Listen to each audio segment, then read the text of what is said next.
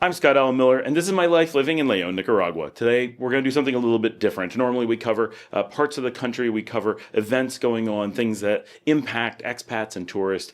And about 8 months ago, 6 months ago, in around June of 2024, we started a new segment with Marcela, with La Marcelita, and she did an episode where she was cooking repochetas and did some traveling around Leon, and we showed some just going to restaurants and things. And she's been on the show a number of times over the years as well, and she's helped manage live streams and such. And we haven't had her on the show in quite some time. We've talked. If you're watching my live streams, you may be aware we've kind of given some information about what's going on and why she disappeared from the show. So suddenly, but to give some before we get into the details, we're gonna give a little bit so everybody knows what's going on. But for those who aren't going to stay for very long, we're going to jump right in.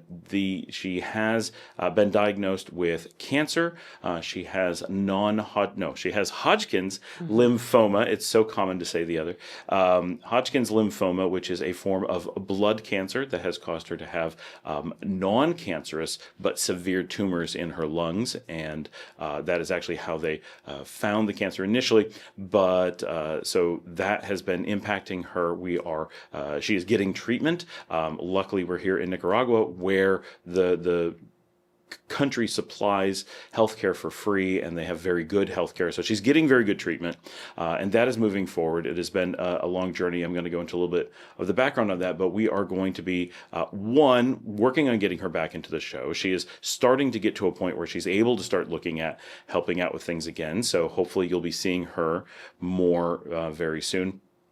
I'll update kind of where she is in that journey of being able to come back. And we are setting up a GoFundMe. Hopefully I have it by the time this goes live. We're going to have that linked in the show notes. You can pop in and send in videos. The information's in the show notes if you want to send messages to her, or of course if you have unrelated questions, all that information is down there. And of course, get down in the comments and say hello, and you can send messages to her there as well. And she is in the Expats of Nicaragua WhatsApp group, which is also, the link for that is in the show notes. All these things are free. Hop in and communicate and join the community. It's a great place for general information and questions and ideas and so forth, but also to connect with me, with her, and with tons of you guys.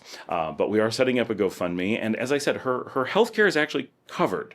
So luckily, this isn't like if the same situation was to arise in the United States or in many countries, she would have outrageous, crippling levels of medical debt or potential medical debt that would crop up even with quite good insurance. Here she has no insurance, but it is completely covered, or almost completely. Sometimes there's little bits, but they have actually consulted with private hospitals for her, and that has been covered. So it's been very, very good from that process. And obviously, there's always going to be a little bit that you're not happy with, but overall, the medical process that she's been through has been brutal and difficult and lengthy, but has been pretty good, especially given that there's so many unknowns, so many things they're discovering to get to understanding what she actually has. But being a single mother, she has two children, and she was in the process of moving from Managua to Leon when this was discovered. We were talking about this on the show, that she has a new house in Leon. She had to give up her house in Managua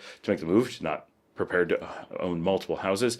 And so there's a lot of non-medical costs that go on with being in a situation like this. She's not able to work, but luckily her job continues to pay her, so she has a baseline income. But there's a lot of new expenses, partially because of complications with the move, because she had to do that while being in the hospital. Literally had people moving her while in the hospital. Had some of her stuff stolen because she couldn't be there to watch over it and take care of it.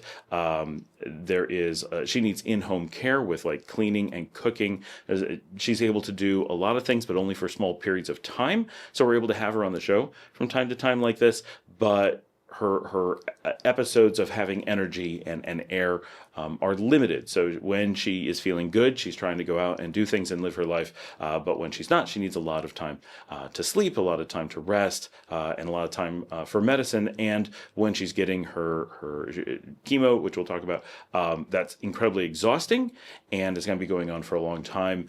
Her kids were in the process, already enrolled and moving into school here in Leon. They had to switch back to Managua. are now living with family members, and she has to be apart from them for a bit of time. So it's a very complicated process. So there's some amount of expenditures that are being incurred and are expected to be incurred in helping with this. And so the GoFundMe is not for a huge amount of money. She does not need a massive amount like you will see with a lot of people. And for example, when Allison in San Juan del Sur had that major medical event, because she had to go back to Canada, they racked up hundreds of thousands of dollars of medical debt and other costs associated with that. And this is not the case here at all. Where she really, we think, needs to be is somewhere in the vicinity of $5,000 to cover the cost of home care. Especially, has to be on special diet now, so all kinds of more difficult to find food. Not that it's bad, but there's just she has to be vegetarian now, which she is not happy at all about, and not being super strict about, which is not great. But she has to be on a special diet, has to have food prepared for her. Every meal has to be done that way. There is some amount of medicine cost, not medical, but medicine cost, very, very minor. Mostly the non-critical things like painkillers and such that she could do without, but do make life a lot easier. But being able to pay someone to clean her house or cook for her or help her or transport, because she has to go back and forth. Right now, the new oncology center is set to open in Leon in the next few months, but she's already in the oncology system in Managua and needs to go back. Great care there. It's the top oncology at Manolo, which is a very, very good hospital. But she needs to be able to go back and forth, so it's not huge expense, but these things add up because she's living 1 week in Managua and then 1 week in Leon currently, because this is her only home. She's staying with family members or staying in the hospital in Managua, and her chemo is every 14 or 15 days, every 2 weeks, basically.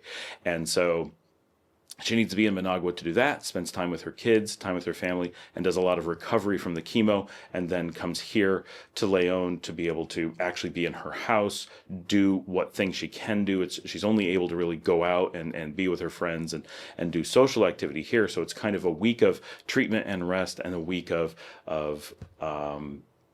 attempting to really live, and this is expected to go on for at least 6 months of treatment, and then we don't know how long after that she's going to need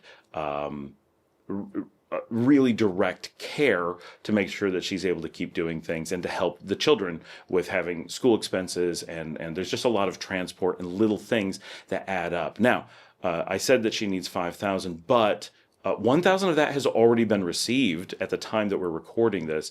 And the GoFundMe isn't even open yet. That was given before the GoFundMe was set up. So we're hoping that about $4,000 more raised for her will make all the difference for what is probably about the next 2 years of needing treatment. And there's really simple things that people will not think about that are, of course, not medical, but will come up as expenses, such as the anticipation that she is going to need wigs and new. We already know she needs new clothing. She's lost a lot of weight in the last 6 months. So that is where we are. That's what we're doing. All that's going to be in the show notes, and we really appreciate. I know some of you have been waiting, or knowledgeable of what's going on, and are waiting for that GoFundMe to come out. And some of you, they're just finding out what's going on. So we really appreciate everyone who is providing support, whether moral support or financial support or physical, and people are helping drive her places.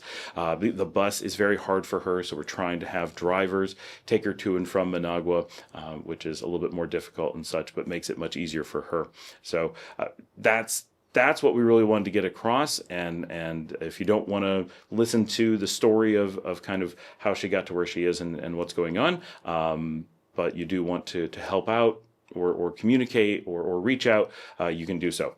Now, basically where we were, it was almost immediately after the episode where she was cooking repochetas here in Leon and on video. And she's not talking much, because she doesn't speak English in reality. A little bit. She'll say things, and she hops on the live chats and writes to you guys, and she'll sometimes come on and say things, but speaking on the video, and especially in this context, is very hard, and jumping into English is quite hard. So, and she's already very tired for the day. So, but almost immediately after doing the Repocheta episode, is when she started feeling she stopped being able to sleep, started having problems breathing. She really had a lot of cough going on, and this went on for a while, and it wasn't so severe that we felt there was something really wrong. She did have some fears early on that there was lung cancer, and we're like, no, it doesn't seem like lung cancer. I've lost my mother to lung cancer. My wife lost her cousin to lung cancer. Paul lost his mother to lung cancer. Like, we're very used to lung cancer. We're like, something doesn't seem the same, and she's much younger, although that can certainly happen. And but they did kind of look for that. She went and got some tests done, and the doctors felt really confident that she had pneumonia. And in their defense, she did not have lung cancer and does not have lung cancer. So any test that they did, any looking for that they did, legitimately showed nothing. So they treated her for pneumonia, did quite a bit of treatment, and it was kind of a do these things and, it should be fine. And she did those things, and it didn't really get better, but there was no trigger to be like, oh, it's so bad, we have to do something, or it didn't get better, like, what are we supposed to do? And it's always difficult doing medical diagnostics when you're not actively testing things. With super acute, right? It's just something's wrong. And so this went on for some amount of time. Then at some point, it was probably about 2 months of, it's still going on. And there's a lot of moving back and forth between Managua and Leon. So she was really busy dealing with a lot of things at the time, which made it difficult to get to a hospital and to a doctor and just, it always seemed like, it could wait another day, it could wait another week, and eventually became kind of a steady state of breathing issues, and she hadn't slept for so long, like decision making and being able to explain things kept getting worse and worse as she was just delirious from lack of sleep over a long period of time. And then eventually got back to the hospital, took more x-rays. At that point, the doctor looked at the x-rays and realized that it was worse, not better, and immediately was like, something's wrong, you got to go get a CT scan. And so they sent her immediately for a CT scan, which here in Leon, because we were using a private hospital, so this is all being paid for out of pocket, a public hospital would have been doing this for free and could have been pushed to do more because it's free, just fix it, keep going. But we were using the private hospital, they seemed confident, so they sent her for private CT scans. So probably about $1,000 in total through this whole process was spent additionally, thinking that it was something simple that the private hospitals could deal with. And of course, the big private hospitals in Managua could deal with this. These are the smaller ones in the West that normally, when they reach their limit, they refer you to public or private in the big city, as any regional hospital would do. The hospitals out here only serve maybe a few 100,000 people, and it's only a little bit of distance to the big ones. So that's generally how they work. So once they got a CT scan, they felt very confident that this was late-stage lung cancer, which of course sent everyone into a panic. That began the process of shifting her into the public healthcare system because they have the oncology units that are really good. And so luckily she got sent directly to Fonseca, which is a very good hospital. They did acute diagnostics, learned quite quickly that it was beyond them and they didn't feel confident that they were able to handle things. They probably kept her for a couple days, but that went on for a little bit. And then they referred her to Manolo, the oncology hospital, the top, they're the best for oncology in the public system. There they went and they did a battery of tests. They went in and did as best they could to get surgically to do lung tissue samples and could not find any cancer. And this is really important. So the scans all made them think that they were really confident that there was cancer. It was very confident that it was advancing quite quickly. They could see tumors. One of her lungs was completely gone, in effect, completely filled with tumors, still is. And it's a really dramatic process of trying to discover what they did, and we'd be really scared. She would go in for a biopsy, and then it would take a long time to get the biopsy because they have to send it for very special diagnostics because of the struggle to figure out what was going on. And it kept coming back completely cancer clear, which was very confusing because it didn't come back for a while as to what was wrong. It was nothing that was expected or normal.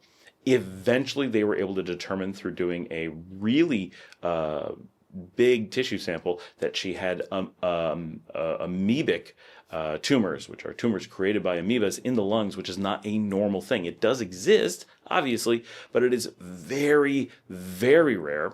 And this left them with, okay, this is, okay, like so surprising. But it's like one out of, I'm completely making up the number, but 1 out of 100,000 amoebic cases are in the lungs. Normally it's somewhere else in the body, and it moves to the lungs once it advances. That was not the case here. She didn't have it anywhere else, doesn't have it anywhere else. And so they were very confused. They're like, this is not how this advances, but okay, like we're going to treat this. So they had a medical treatment program for that. They put her on that, kept her in the hospital for a long time. And each of these stages takes time because they're very confident in what they're doing. And we have reason to be confident. We're very confident in what they're doing. They're like, everything makes sense. All the tests, the diagnostics, the medicine, all makes sense, right? And so they do this stuff. And they put her on this treatment for the amoebas and went on for weeks. And every time they come back and test, and it was supposed to, and they said that the treatment is a 2-month program. And they started coming back and saying it's not advancing. The medicine isn't really having an effect. And at first, like, well, you're not supposed to see an effect for a week, and you're not supposed to see a big effect for 2 weeks. And so they like just kept delaying as they tried to do tests and kept her on the medicine, and the medicine's making her sicker. And eventually they decided there's no progress from the medicine whatsoever. And so then they decided to do major surgery and opened up her back and went into her lung from her back and took large-scale tissue samples and did a biopsy while her lungs were open, and again came back cancer clear. Which was even the doctors were like, how can this not be cancer? Everything is behaving wrong for it to be amoebas. But they were able to determine that it is amoebas. But there was so much wrong. They went in with the intention of meaning to remove either the lung or all the tumors in the lung, depending on what they found when they got in. And it was so surprising what they found when they got in that they closed her up. They got the test on the spot, closed her up, and were like, we have to come up with another treatment program, which did lead them to doing a lot more tests and really digging into things. And eventually they were able to get a test that came back, because this was so disconnected from any symptom, had nothing to really lead anyone to it. No one had guessed that this was an option, that it came back as a blood cancer, which it took them a while to discover that, and then to determine what it was, and then to determine the stage. So now, as of maybe 2 weeks ago, we finally know that. So the amount of information we have has been getting more and more slowly over time, that what she has is Hodgkin's lymphoma, stage 4, which is, they believe, quite treatable. It's a 12 every other week for 12 times, so it's 6 months of chemotherapy is the current treatment for that. At the end of that, or near the end of that, she should be able to start the amoeba treatment again. What they believe, and does make sense, is that the lymphoma created a situation, because it essentially attacks your body like an autoimmune disease, so it makes her unable to fight off other infections, allowing an amoebic infection of the lungs to happen, when normally even a pretty unhealthy human will not be able to be exposed to that. Their body would fight it off. So that allowed her to get something that isn't on its own reasonably possible. So the first thing now is they have to deal with the cancer, which they feel very confident in. And then once that's fixed, it should strengthen her body and her immune system to a point where the medicine for the amoebic infection should allow that to take effect and get her healthier from that. And then she can start going through physical therapy and building her muscle tissue and everything back up, and should be able to breathe. They think it's going to restore her lung capacity and everything. So that is where we are now. She just started her first chemotherapy a little over a week ago. Maybe a little bit, almost 2 weeks ago, perhaps at this point. So it's going to get worse and worse, obviously, as she does more of them, which she's not happy about. But it's hopefully going to be making a big difference pretty quickly as well. And so that is kind of how we got to where we are. So luckily, the public healthcare system here has been fantastic, and that all of this was free, and that, I mean, the amount of time that she has spent being moved between facilities and ambulances, the amount of time that she has been staying staying in hospitals. They feed her in the hospital. A lot of the information, we weren't talking about her condition early on, but people were asking about, do they get food in hospitals? Well, she was being fed in the hospital. Anytime she's there, they feed her. It's included, right? Not only do you get healthcare, you get food supplied while you're in the hospital. So it's been a surprisingly good experience. And she's the one who was complaining that the food in the hospital is rather repetitive. Which is la misma cada dia. It's every day it's the same food, which American hospitals, of course, it's the same. You get the same hospital, the same. They're famous for having terrible food day after day, very boring, very bland, because they have to be. Everyone has to be able to eat it, and it has to be very low in allergens and such, and it has to be cheap. Like, there's just a lot of requirements. So hospital food is going to be bad, and they're going to give you Jell-O for dessert because they hate you. So that is the process. In some ways, it's been very encouraging, but it's a very rough process. Everyone who's here in the Leon community is aware of it and being very supportive and looking for updates on her and what's going on. So she's currently here in Leon, but going back to Managua tomorrow. By the time you guys see this, she'll be back in Managua and doing a cycle of a week there, doing her treatment there, spending time with her kids and her family. Her kids have just started school or start school on Monday. Lunes para. So Monday, her kids are starting at the new school, and they're going to hopefully just be there for 1 year and then able to come back and go to the school they were planning on going to in Leon after that. And they were extremely excited about moving to Leon, and suddenly they're thrust into being stuck in Managua and not with their own house anymore, and not with their mom anymore, only part of the time, and not at their old school where things were comfortable. Like, it's a lot of the upheaval and change of moving with having the new home ripped away from them. So that alone is very hard on them, beyond their mother being sick, which is very hard, obviously, as well. So it's been very hard, but the outlook looks incredibly bright, and we're hoping with a little bit of support from the community online and the community here that she'll be in really good shape, both medically and personally, and not have a long-term financial impact from this. That's really a big thing, is we want to make sure that she has the enough resources that when she needs to order in food because there's no one to cook for her, or someone needs to clean the house because she doesn't have the energy, or someone has to go pick up the kids because she can't be the one that does it, or they just need something because they have to keep switching schools, or they have to keep switching cities, that they're able to do that and not either having to give up critical things that they need, or going into crippling debt to be able to do so. So thank you so much for joining us for this very different video. It's very important, and I've been looking to do this for a while, but she has not been able to. I wanted to make sure she could be here with me when I do it, and that has taken probably about 2 months from when we decided this is what we were going to do, and first mentioned it on the live stream, until she was well enough to be able to come here. I should mention the last part, from the time she found out she was going to get chemo, she was stuck in the hospital for probably more than a month. She went in just to have a basic checkup done. I mean, it's not that basic of a checkup given the situation. Like, it was part of her cancer, but went in for like, okay, we're gonna schedule some stuff, get ready for chemo, and they're like, you're really sick, you have a terrible fever, and they're like, you can't go home, and they kept her, and it got so bad that it was nearly a month that she was essentially trapped in the hospital, and they could not start chemo until they got her well enough that the chemo wouldn't be risky. Or unnecessarily risky. And so that was another piece that was not part of the diagnostics or anything. It was just by the time they figured out what chemo she needed, what she had, it immediately was, and now she just has a general infection not related to anything else other than being run down and easily exposed to things. And so that left her with quite normal pneumonia or something of that. I don't even know if they know what it was, but they had to do something to get her fever down and make sure that she was healthy enough to be able to handle the chemo. So that was a bunch of time lost, and all that time was past the point where we're like, yes, let's get the GoFundMe going, let's get you on the video and talk about this.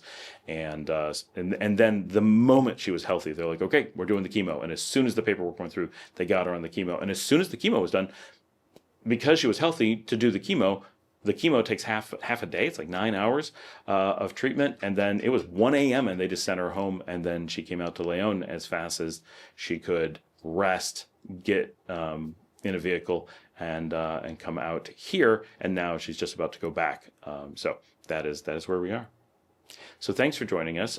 Be sure to leave your comments, and absolutely, normally we're much more like, hey, if you want to support things, but it would really mean a lot if you could help her and her family with dealing with this, and just having that little bit of financial cushion will do a lot for relieving stress and worry that there's just resources so that they can do whatever that is that they need to do, and they can make some plans. And if I didn't mention it, our expectation is for about $4,000 additional dollars over what she's already raised. We think that that's enough to probably carry her through for 2 years of whatever these expenses are that come in that she needs to handle, because the expectation is that she will need to have someone who either lives next door or lives nearby or lives in the house to be with her, because she really can't be alone. She can be for tiny periods of time, but long periods of time she cannot. If she falls or anything, that's potentially quite problematic. She does have a lot of stitches. She's had surgeries,